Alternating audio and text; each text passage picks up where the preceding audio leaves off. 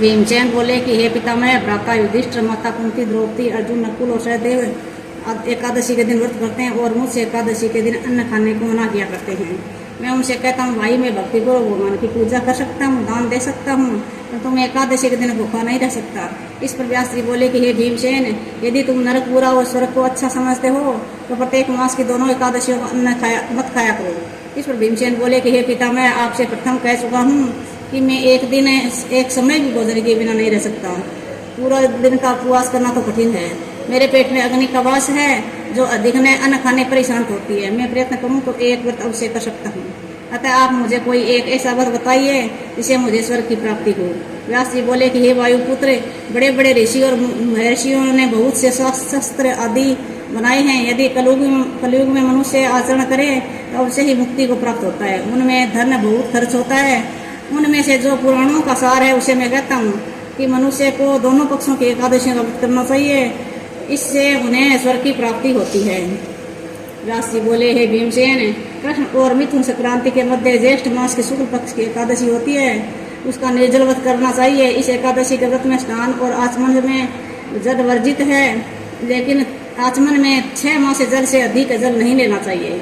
इस आचमन से शरीर की शुद्धि हो जाती है। आचमन में 6 माह से अधिक जल मद्यपान के समान है। इस दिन भोजन नहीं करना चाहिए। भोजन करने से व्रत नष्ट हो जाता है।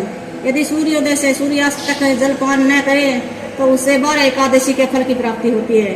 द्वादशी के दिन सूर्योदय से पहले ही उठना चाहिए। उसके पश्चात भूखे ब्राह्मण को भोजन कराना चाहिए, तत्पश्चात भोजन करना चाहिए। इसका फल 1 वर्ष संपूर्ण एकादशियों के फल के बराबर है।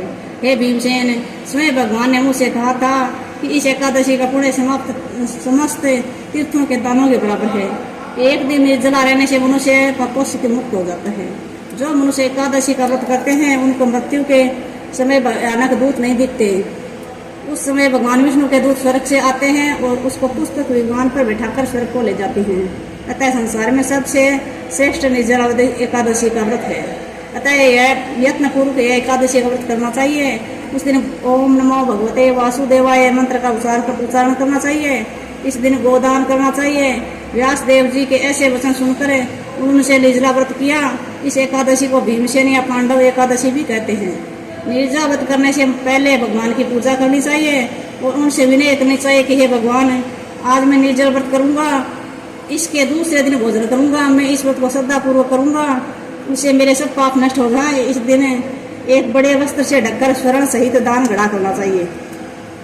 जो मनुष्य इस व्रत में के पहर में स्नान तप आदि करते हैं उनको करोड़ फल स्वर्ण दान का फल करने का मिलता है। जो मनुष्य इस दिन यज्ञ होम आदि करते हैं उनका फल वर्ण ही नहीं हो सकता।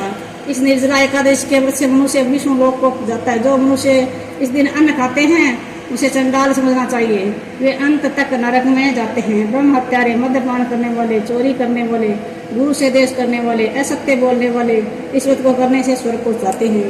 हे कुंती पुत्र, जो पुरुष या स्त्री इस व्रत को श्रद्धापूर्वक करते हैं उनके निम्नलिखित कर्तव्य हैं। उन्हें सर्वप्रथम विष्णु भगवान की पूजा करनी चाहिए, तत्पश्चात गोदान करना चाहिए।